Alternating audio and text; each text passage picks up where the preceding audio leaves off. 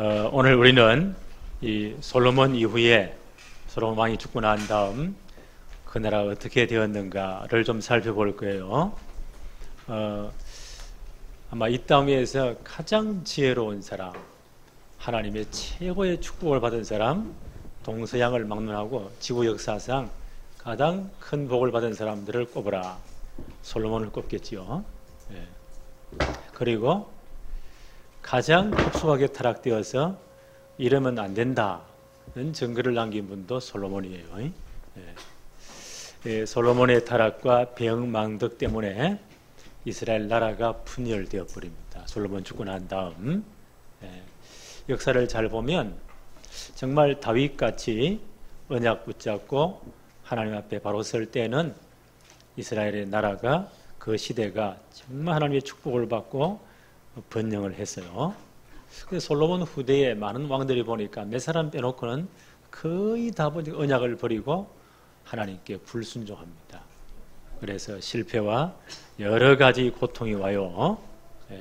하나님은 언약 버린 다윗의 집을 하나님의 말씀대로 사람의 매와 인생 채찍으로 징계하십니다. 그런 역사가 계속 반복됩니다. 왜 이렇게 기록했을까요? 우리의 거울로, 그렇죠? 우리의 본으로 기록된 말씀이에요. 1번 봅시다. 다윗의 집의 내분, 벌써 이제 쪼개지기 시작합니다. 오늘 12장 1절 한번 볼까요? 열왕기상 12장 1절에 르호보암은 솔로몬의 아들입니다. 르호보암이 세겜으로 갔으니 이는 온 이스라엘이 그를 왕으로 삼고자 하여 세겜에 이르렀음이더라. 이것부터가 지금 잘못된 거예요. 온 이스라엘이 왕을 추대하겠다. 이 다윗의 나라는요, 누가 왕을 세우십니까? 하나님이 왕을 세우는 신정 정치를 해야 될, 그렇죠? 하나님이 영원한 왕이신데 대신 하나님 택하신 자를 왕으로 뽑으시는 거예요. 하나님이 왕을 세워야 돼요. 그런데 이들이 어떻게 했다고요? 세겜의 르호보암을 불러가지고 이스라엘 전 백성들이 왕을 세우겠다.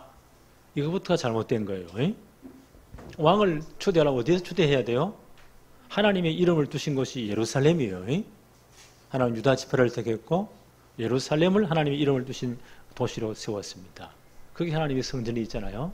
거기서 왕을 세워야 돼요. 어디로 갔죠? 어디로 불러내죠? 세겜으로 불러냈다. 에브라임 지파가 있는 곳입니다. 이거부터가 잘못된 거예요. 자, 3절 4절 한번 볼까요? 무리가 사람을 보내 그를, 여로보암이라는 사람이 있죠. 솔로몬 때 굉장히 인정받은 사람이에요. 하나님은 이미 선지자를 통해서 솔로몬의 타락 때문에 여로보암에게 말씀했죠. 너에게 10지파를 줄 것이다. 그래서 내가 다윗의 이 집을 내가 징계할 것이다 라고 이미 하나님이 예정해 놓은 사람이에요. 여로보암을 부릅니다. 사람들이. 그래서 무리가 3절 봅니다. 사람을 보내 그를, 여로보암이죠, 불렀더라. 여로보암과 이스라엘의 온 회중이 와서 르호보암에게 말하여 이르되, 새로 왕이 될 사람들에게 이제 건의를 합니다. 4절 보니까 왕의 아버지가 우리의 멍에를 무겁게 하였으나, 그렇죠? 솔로몬이 하나님의 성전을 지을 때는 아버지 때 전부 다 준비해 놨잖아요. 전 백성이 헌금을 했어요. 7년 동안 성전을 지었죠. 거기까지는 참 잘했어요. 이 양반이 자기 왕궁을 지을 때 몇 년 걸렸다고요? 13년. 그 규모가 성전의 4배예요. 엄청나잖아요. 그것도 뭐 어마어마하게 많은 이방 여인들을 전부 다 왕비로 이렇게 후궁으로 불러들였으니까 그다 방을 다 줘야 되니까 얼마나 크게 짓고 얼마나 화려하게 지어야 되겠어요. 그거다 어떤 돈으로 지었을까요? 백성들이 세금을 내야 되겠죠. 전 백성들이 동원돼야 되겠죠. 그게 13년간이니까 엄청나잖아요. 그것마다 도합 20년이잖아요. 그 이후에 여러 성읍들을 어마어마하게 지었습니다. 그 양반은 하여튼 40년 하여튼 건축하다 다 끝낸 사람이에요. 아마 거기에 모든 마음이 엄청나게 화려하게 했겠잖아요. 규모가 대단했겠잖아요. 그러니까 백성들이 다 동원돼야 되니까 그들이 솔직히 이야기를 합니다. 예. 4절에 왕의 아버지가 우리의 멍에를 무겁게 하였으나, 백성들이 많이 고통을 당했다는 거죠. 굉장한 축복을 받았지만 그들이 또 많은 희생을 치렀습니다. 왕은 이제 왕의 아버지가 우리에게 시킨 고역과 매운 무거운 멍에를 가볍게 하소서. 그리 하시면 우리가 왕을 섬기겠나이다 라고 제안을 하는 겁니다. 우리가 이 나라가 이렇게 부강되고 전 세계에 이 이름을 떨쳤지만 우리가 고생한 것도 굉장히 많습니다. 왕이 이제 정말 이 나라의 영원한 왕이 되려거든 세금도 가볍게 하시고 고역을 좀 낮추십시오 라고 건의를 합니다. 네. 잘 보세요. 솔로몬이 엄청난 복을 받은 사람이잖아요. 솔로몬이 말년에 가니까요 하나님의 은혜를 잊어버립니다. 그러면 백성들도 솔로몬이 정말 지혜롭게 정치를 잘해서 전 나라가 종을 바칠 정도로 대단했잖아요. 네. 그때는 하여튼 은을 아예 돌같이 여겼다고 했으니까 나라가 그만큼 부강된 거예요. 백성들이 이 혜택도 누렸겠죠. 솔로몬이 하나님의 은혜를 잊어버리니까 백성들도 솔로몬의 그 모든 공로를 다 잊어버립니다. 뭐만 기억됩니까? 무거운 짐만, 세금 많이 낸 것만, 자기들이 다 동원된 것만, 이것만 기억하는 거예요. 하나님의 은혜를 놓쳐버리면 이렇게 되는 겁니다. 솔로몬이 그러니까 백성들 다 그렇게 되는 거예요. 그 마음들이 피폐해지는 겁니다. 네. 여기서 볼 때 진짜 우리가 은혜가 떨어지면 뭐만 나오죠? 불평만 나오죠. 교회 분위기 딱 보면 알아요. 예배 한번 드려보고 식사할 때 이 성도들이 어떤 말을 하는가 가만 들어보면요 분위기 딱 나옵니다. 네. 은혜가 떨어지면 불평만 남습니다. 백성들이 좀 여러 가지 많이 붙어있겠죠. 그래서 이렇게 해주십시오 라고 건의를 합니다. 그래서 이제 르호보암이 새로 왕이 된 사람이 뭐라고 말해요? 3일 후에 오너라. 내가 너에게 답을 주겠다. 6절 한번 볼까요? 르호보암 왕이 그의 아버지 솔로몬의 생전에 그 앞에 모셨던 노인들과 언론하여 이르되 너희는 어떻게 충고하여 이 백성에게 대답하게 하겠느냐. 이건 참 잘했죠. 노인들은 인생을 많이 산 우리 지혜가 있잖아요. 그들에게 물어본 겁니다. 어떻게 하면 되겠냐? 그 노인들이 뭐라고 말해요? 7절에 대답하여 이르되 왕이 만일 오늘 이 백성을 섬기는 자가 되어 그들을 섬기고 좋은 말로 대답하여 이르시면 그들이 영원히 왕의 종이 될 것입니다. 노인들이 참 지혜 있는 충언을 합니다. 왕은 군림하지 마십시오. 백성들의 종이 되세요. 그들을 섬기세요. 그 자세를 하십시오. 그리고 모든 세금들을 감해 주십시오. 짐을 다 가볍게 해주세요. 백성들의 말을 100% 받아들이세요. 그러면 이 백성들이 영원히 왕의 종이 될 것입니다. 참 귀한 말이죠. 이론적으로는 참 이런데 지금까지 세계 역사를 한번 보세요. 어떤 왕이건 대통령이 간에요. 이 원리만 따라가면 진짜 나라가 편할 거예요. 요래 지킨 사람이 얼마 됩니까? 진짜 얼마 거의 없어요. 거의 없습니다. 네. 이게 세상 역사예요. 이스라엘 역사도 마찬가지예요. 그런데 진짜 섬기는 왕은 딱 한 분 계십니다. 그렇죠? 마가복음 10장 45절 예수님 이렇게 말씀하세요. 인자가 온 것은 섬김을 받으려 함이 아니라 도리어 섬기려 하고 자기 목숨을 많은 사람의 대속물로 주려 합니다. 만왕의 왕이신 그리스도의 땅에 오셨어요. 왜 오셨나요? 섬김을 받기 오신 게 아니에요. 오히려 섬기기 위해서. 얼마큼 섬겼나요? 자기 목숨을, 자기 몸을 우리의 대속물로 내어놓았습니다. 이 왕 외에는, 이 예수 그리스도 외에는 진짜 섬김의 왕이 없는 거예요. 이게 역사입니다. 그래서 나는요, 이 나라가 지금 많이 시끄럽잖아요. 그런데 추석 연휴가 되니까 이 카톡에 여러 문자 올라왔어요. 제가 아는 장로님들, 중요한 분들이 목사님은 이 시대를 어떻게 보십니까?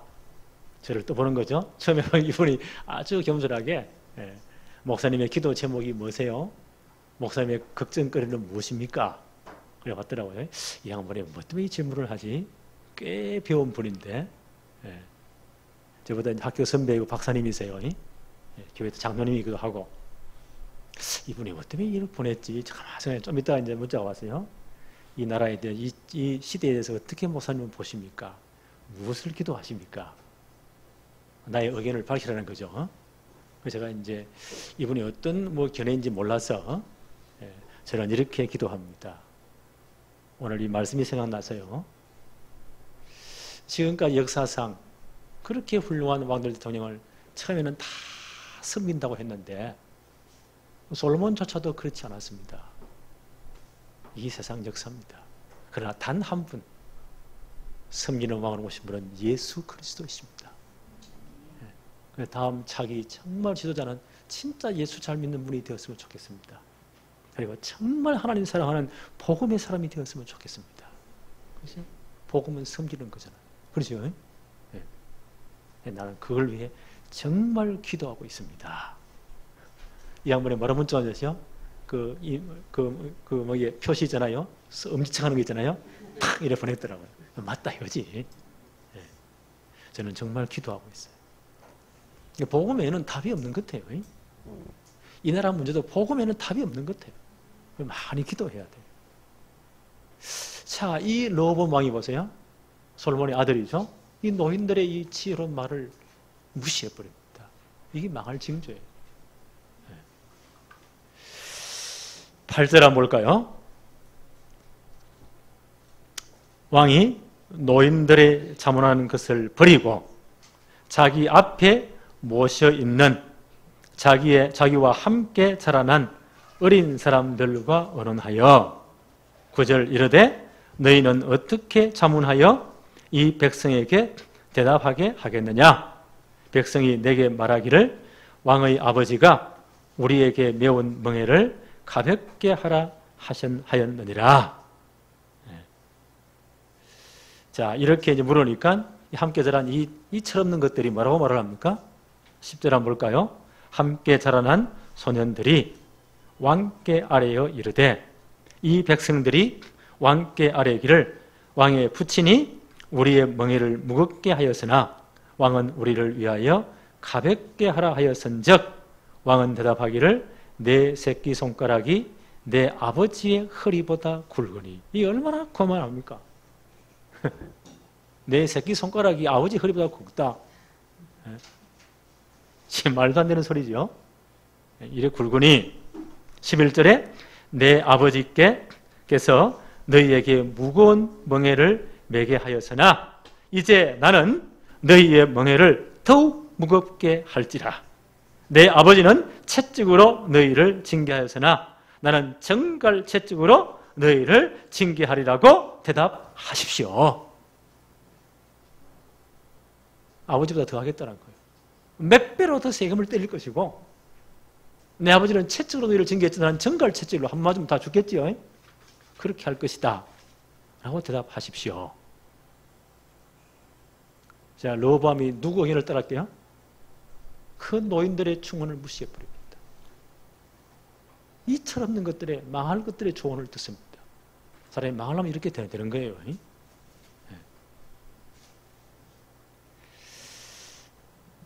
3일 후에 여로보암을 비롯한 모든 백성들이 나왔겠죠. 15절 봅시다. 왕이 이같이 백성의 말을 듣지 아니하였으니 이 일은 여호와께로 말미암아 난 것이라. 여호와께서 전에 실로 사람 아히야로 느바세 아들 여로보암에게 하신 말씀을 이루게 하심이더라. 하나님의 뜻은 이미 정해졌습니다. 솔로몬의 타락으로 배은망덕으로 하나님 이 나라를 쪼개겠다 했잖아요.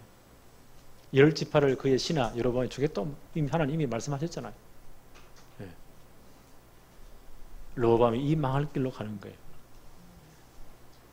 13절, 14절에 왕이 포악한 말로 백성에게 대답할세 노인들의 자문을 버리고 14절 어린 사람들의 자문을 따라 그들에게 말하여 이르기를 내 아버지는 너희 멍에를 무겁게 하였으나 나는 너희의 멍에를 더욱 무겁게 할지라. 내 아버지는 채찍으로 너희를 징계하였으나 나는 정갈 채찍으로 너희를 징치하리라 하니라. 자, 이 말을 듣는 백성들이 어떻게 되었어요? 그 마음이 전부 다 돌아서 버립니다. 망하면 이렇게 되는 거예요. 이게 아마 솔로몬 이후에 그 아들들의 그 모든 후손들의 아마 영적 상태입니다. 참 안타깝지요.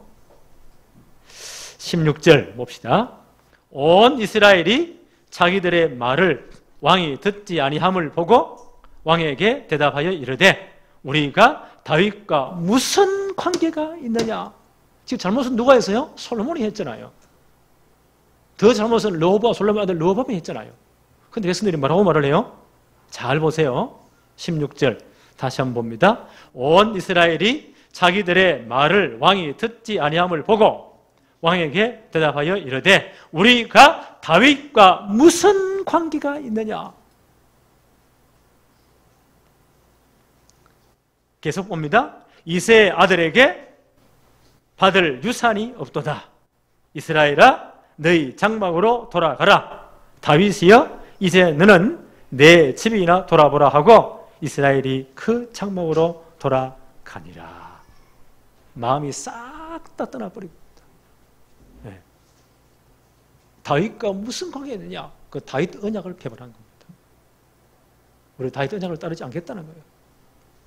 하나님 주신 다윗과 세우신 언약이 뭐죠? 사무엘하 7장이죠. 네.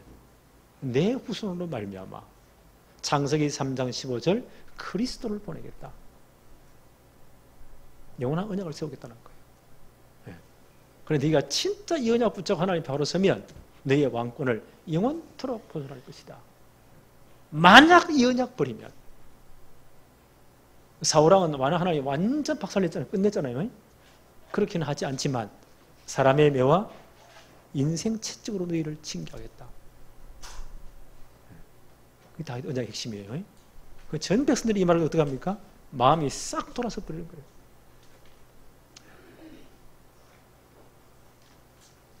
우리가 다윗과 무슨 관계가 있느냐? 다윗 언약을 도전한 겁니다. 19절 20절 한번 볼까요? 이에 이스라엘이 다윗의 집을 배반하여 오늘까지 이르렀더라.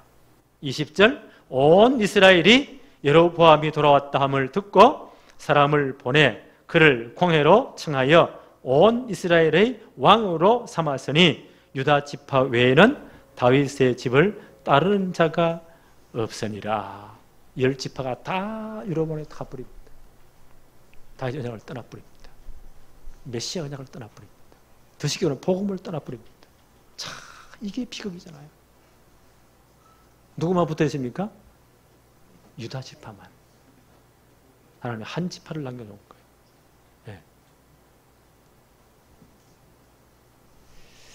자, 이것은요 굉장히 심각한 거예요. 이 다윗 언약을 버린 것은 메시아 언약을 거부한 겁니다. 반드시 그리스도는 뭐 잘 알고 있죠? 마태복음 1장 1절에 아브라함과 다윗의 자손 예수 그리스도의 계보는 이러이러하다. 그게 마태복음 1장이에요. 그리스도의 계보예요. 어디부터 시작하죠? 아브라함과 다윗의 자손 그리스도의 족보는 이렇게 이어진다. 이 다윗 언약을 거부한 것은요 아브라함과 다윗의 후손으로 오실 그리스도를 거부한 겁니다. 이건 심각한 거예요. 네. 이것은 만왕의 왕으로 오신 마가복음 10장 45절 성김의 왕으로 오신 그리스도를 거부한 겁니다. 그러면 끝장나는 거예요. 네. 이 솔로몬의 타락이 이렇게까지 나라가 피폐된 겁니다. 영적으로 나라가 이렇게 엉망진창이 된 겁니다. 참 지도자가 중요하지요. 그래서 많이 기도해야 돼요. 자, 다윗의 집을 떠난 언약을 버린 북이스라엘 10지파죠. 어떻게 타락되는가 한번 보세요. 복음 놓치면 이렇게 돼요. 언약을 떠나면 이렇게 되는 겁니다. 그래서 우리는 늘 복음을 확인해야 돼요. 복음 놓치면, 그리스도 놓치면 이렇게 되는 겁니다. 25절 한번 볼까요? 여로보암이 북이스라엘 왕이죠. 10지파를 이제 통치하게 돼요. 여로보암이 에브라임 산지에 세겜을 건축하고 자기 이제 왕궁을 건축하는 거죠. 거기 살며 또 거기서 나가서 분회를 건축하고 이제 나라를 굉장히 부강케 만듭니다. 예. 그러면서 26절에 보세요. 여로보암 10지파를 맡은 사람이죠. 다윗을 떠난 사람들을 대표하는 왕이에요. 그의 마음에 스스로 이르기를 나라가 이제 다윗의 집으로 돌아가리로다. 27절 만일 이 백성이 예루살렘에 있는 여호와의 성전에 제사를 드리고자 하여 올라가면 이 백성의 마음이 유다 왕 된 그들의 주 르호보암에게로 돌아가서 나를 죽이고 유다의 왕 르호보암에게로 돌아가리라고 하고, 이런 걱정이 생기는 겁니다. 왜요? 이스라엘 전 백성들의 신앙이 너무 어떻게 해야 돼요? 1년에 3번, 그렇죠? 6월절, 그 다음에 오순절 혹은 맥추절을 하죠. 그 다음에 초막절은 수장절을 하죠. 이 세 절기 어떻게 해야 돼요? 20세 이상 전 남자들은 성전에 올라가서 하나님께 예배를 드려야 돼요. 그렇죠? 그럼 전부 다 이제 북쪽에서 남쪽으로 내려와야 되겠죠? 성전이 어디에 있어요? 예루살렘에 있잖아요. 유다 지파의 예루살렘, 남쪽이에요. 전부 다 내려와서 거기서 예배를 드리고 그들의 신앙이 회복되면 원래 다윗의 집으로 다 돌아갈 것이 아닌가. 그들의 마음들이 로마에 다 쏠릴 것이 아닌가. 그럼 이들이 반역을 일으켜 나를 죽일 것이 아닌가. 이 나라가 박살날 것이 아닌가. 이런 걱정이 생기는 거예요. 이래서 이 양반이 어떻게 해요? 하여튼 망할 짓을 하는 거예요. 성경 계속 봅시다. 12장 28절 이에 계획하고 2 금송아지를 만들고 무리에게 말하기를 너희가 다시는 예루살렘에 올라갈 것이 없도다. 이스라엘아 이는 너희를 애굽 땅에서 인도하여 올린 너희의 신들이라 하고, 이제 말도 안 되는 계획을 꾸미는 겁니다. 2 금송아지를 만들어요. 애굽 사람이 섬기던 신들이에요. 이걸 만들어 놓고는 계속 봅시다. 29절에 하나는 베델에 두고 하나는 단에 둔지라. 이런 엉뚱한 짓을 하는 겁니다. 베델은 이제 남북으로 이제 나누어졌잖아요. 북쪽 이스라엘과 남쪽 유다의 경계선이에요. 국경 지역이에요. 그 베델이라는 도시에다가 엄청난 금수환이 우상을 세워놓는 겁니다. 단은 어디냐? 이스라엘 전 끝쪽이에요. 제일 끝쪽에 북쪽에다가 거기다가도요 금수환이 우상을 채워놓는 겁니다. 예루살렘으로 가지 마. 성전 예배 드리지 마. 복음을 막는 거예요. 구약의 모든 이스라엘 백성들은요 성전에서 피자 드리면서 누구를 바라봐야 돼요? 그 성전의 주인공이신, 그 피자의 주인공이신 그리스도를 바라봐야 돼요. 그리고 구원받는 거예요. 그 소식을 전만방에 전거해야 돼요. 이걸 딱 막아버립니다.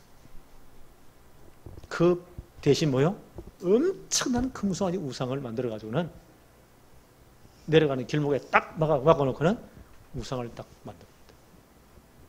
북쪽에 하나 세워놓고. 참 심각하죠. 네. 영적인 공백, 진공 상태는 없어요. 요래되어지면요 흑암이 파고들어오는 겁니다. 우리 이미 잘 알고 있잖아요. 창세기 3장, 6장, 11장. 그렇죠. 하나님 섬기지 마. 하나님의 언약 다 버려. 그게 창세기 3장 사건이에요. 하나님 때는 어떻게 되나요? 창세기 6장 사건 벌어지는 겁니다. 흑암이 덮치는 겁니다. 흑암 문화, 타락 문화 전 세계를 덮치는 거예요. 창세기 11장 알지요? 뭐 때문에 하나님 성경 하나님 없애버려. 우리의 모든 지식, 우리의 모든 것 다 동원해서 하늘 끝까지 하는 탑을 쌓고 어떤 홍수와도 견딜 만한 이런 시설을 만들어 놓고 하나님 밀어내고 우리 마음대로 하자. 우리가 하나님 되라는 거예요. 이게 지금 세상이요. 이런 문화가 파고드는 겁니다. 이게 모든 종교의 사상에 영향을 끼치는 거예요. 그럼 무속, 점술, 우상이 막 판을 치는 겁니다.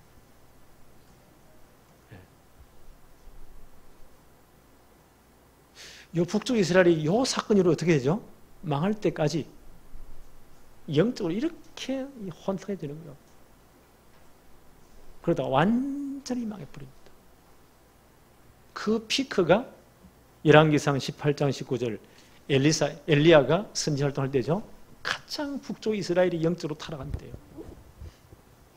열왕기상 18장 19절에 보니까 아예 왕궁에다가 왕이 묵는 시설에다가 바알 선지자 450명을 초청해 놓고 그 왕궁에다가 아세라 선지자 400명을 초청해 놓고 왕으로부터 전 백성이 우상의 흑암에 다 빠져버립니다. 그러다 어떻게 되죠?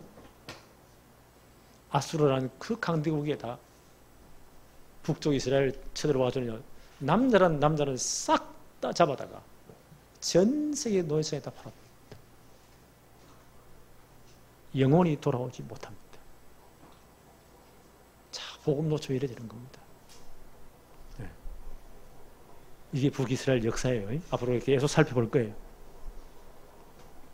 자, 우상만 세울 뿐 아니라요. 이 여로보암 왕이 어떻게 하죠? 이스라엘의 절기와 모든 것을 비슷하게 만들어 백성들을 싹 다 넘어뜨립니다.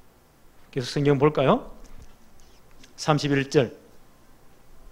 그가 또 산당들을 짓고 레위 자손 아닌 보통 백성으로 제사장을 삼고, 반대 하나님 율법은 레위 자손들만이 제사장이 되는 거예요.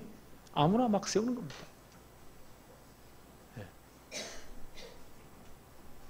32절을 볼까요?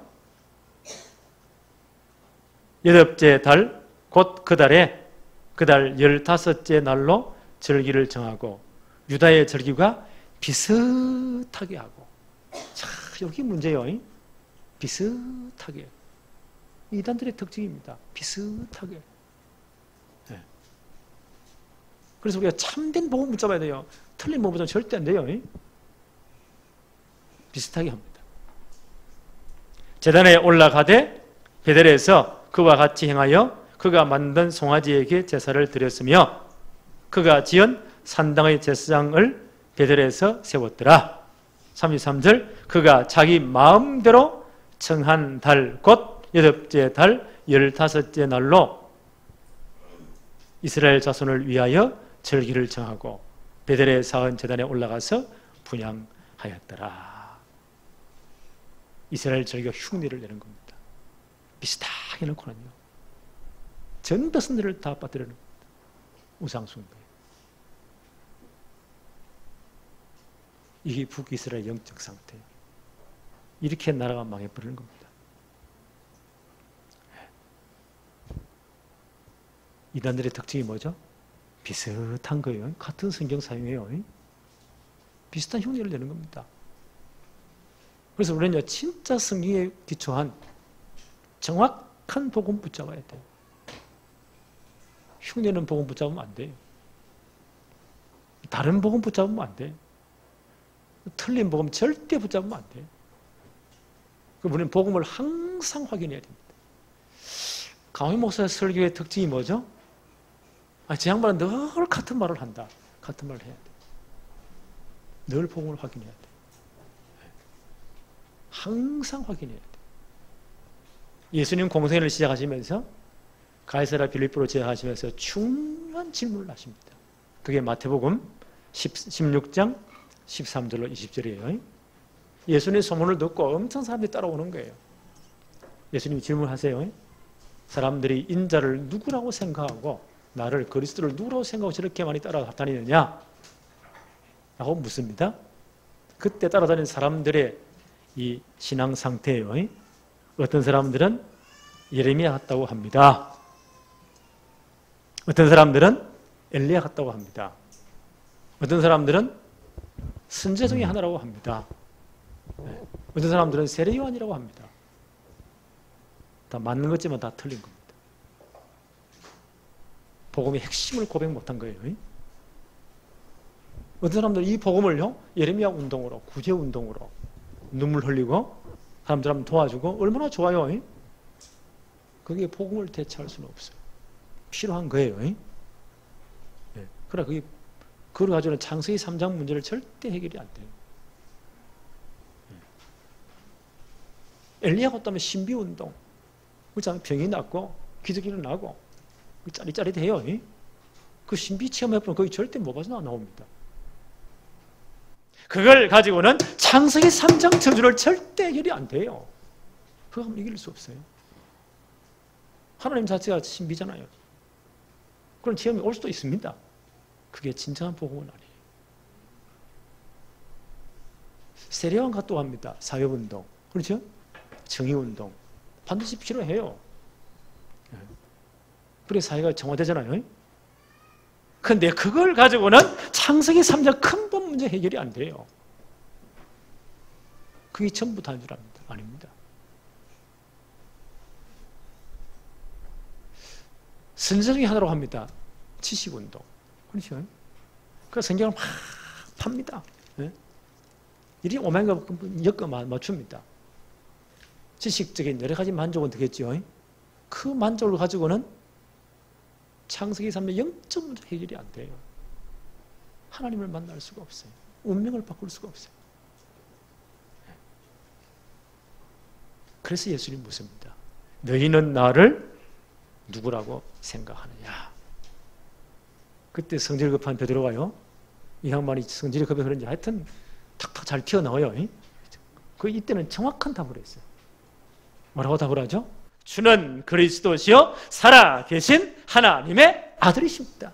주는 그리스도시요 살아계신 하나님의 아들이십니다. 그리스도 이 말은 기름 부음 받은 자예요. 구약에 기름 부을 때 몇 직분의 기름 붓죠? 세 직분의 기름을 부어요. 왕을 세울 때 기름을 부어요. 제사장 세울 때 기름을 부어요. 선자를 세울 때 기름을 부어요. 예수님은 우리의 영원한 왕이시요 영원한 제사장이시요 영원한 선지자이십니다. 영원한 왕으로 모신 주님이 승리 왕으로 오셨어요. 십자가에서 모든 사단 권세, 저 권세, 죽음의 권세를 완전 박살내었습니다. 그렇잖아요. 그 왕이십니다. 이 예수 그리스도 이름 진짜 붙잡는 순간 우리 운명 다 끝나는 겁니다. 모든 저주 다 끝나는 겁니다. 그렇죠? 사단 권세 끝나는 겁니다. 네. 우리 영원한 제사장이십니다. 제사장은 뭐죠? 죄를 사하는 사람이요. 우리의 모든 죄와 저주를 끝내버렸습니다. 지금까지 모든 죄, 앞으로 모든 죄 다 끝. 네. 그리스도 이름 부르는 순간 다 끝나버립니다. 우리 하나님 자녀의 권세를 얻었잖아요. 영원한 선지자, 하나님 만나는 영원한 길을 열었습니다. 어디서요? 십자가에서. 자기 몸을 찢어지는 그 사건을 통해서 하나님 만나는 새로운 길, 살 길을 열어버렸습니다. 누구든지 예수 그리스도 이름 부르는 순간 하나님 만나는 모든 길이 다 열려버립니다. 그 예수 그리스도 이름으로 진짜 기도할 수 있는 모든 길이 다 열렸잖아요. 주는 그리스도시요 살아계신 하나님의 아들이십니다. 정확한 고백을 합니다. 그래서 예수님이 너무 놀래가지고 지구상에 이렇게 많은 사람들 가운데요 그리스도를 진짜 바로 고백한 최초의 순간이에요. 주님이 너무 기뻐서 말씀하십니다. 바요나 시몬아 네가 진짜 복이 있구나. 그리스도 정말 바로 아는 것, 복음을 진짜 바로 알고 누리는 것이 복이에요. 네가 복이 있구나. 이를 내게 알게 하니는 혈육이 아니요 하늘에 계신 네 아버지시다. 너는 베드로다. 베드로 말은요 반석 큰 바위란 말이에요. 너는 베드로라. 내가 이 신앙 고백을 반석까지 만들어서 그 위에 내 교회를 세워 전도도 일으키겠다. 내가 너에게 뭐요? 천국 열쇠는 다 여는 거죠. 열쇠를 주겠다. 그래서 네가 땅에서 매면 하늘에서도 매이고 땅에서 풀면 하늘에서도 풀린다. 진짜 복음 가진 전도자의 기도의 권세입니다. 나는 이 사실을 믿습니다. 새벽 기도는 진짜 기도하는 거예요. 우리 렘넌트를 향해서, 성도를 향해서 하나님 여기서 내가 풉니다. 하늘에서 풀어주세요. 그 전도자를 진짜 복음을 방해하고 묶어버린다. 하나님 묶어버리는 거예요. 네. 이 엄청난 권세를 주었습니다. 그래서 우리가 정말 복음을 늘 확인해야 돼. 늘 붙잡아야 돼. 그럼 복음은 다 됩니까? 난 다 된다고 봐요. 골로새 2장 2절 3절 하나님의 비밀인 그리스도. 그렇죠? 하나님의 비밀인 그리스도. 그 안에 모든 지혜와 지식의 보화들이 감추어져 있느니라. 그렇지요. 이 안에서 모든 게 싹 다 나와야 돼. 이번 한 주간 이 축복을 다시 한번 확인하는 최고의 주간 되어지기를 바랍니다. 하나님 아버지 감사합니다. 다윗의 언약을 떠난 그 백성들의 영적 상태를 보았습니다. 언약 떠나 복음 떠나 잘 살 것 같지만 영적인 진공 상태는 없습니다. 그들이 흑암에 잡히게 되고 그 북쪽 이스라엘 10지파가 완전 우상에 잡히게 되고 하나님의 징계 속에 있다가 얼마 후에 아수르에 의해서 최강대국 아수르에 의해서 완전히 멸망되고 모든 남자들은 다 잡혀가서 전 세계 노예상에 팔려버리는 모습들을 봅니다. 우리가 왜 복음을 늘 확인해야 되는지, 왜 복음을 붙잡아야 되는지 오늘 이유를 깨닫게 하심을 너무 감사합니다. 오직 그리스도로 만족하게 해 주옵시고 복음 속에 늘 거하게 하여 주옵소서. 예수님의 이름으로 기도합니다. 아멘.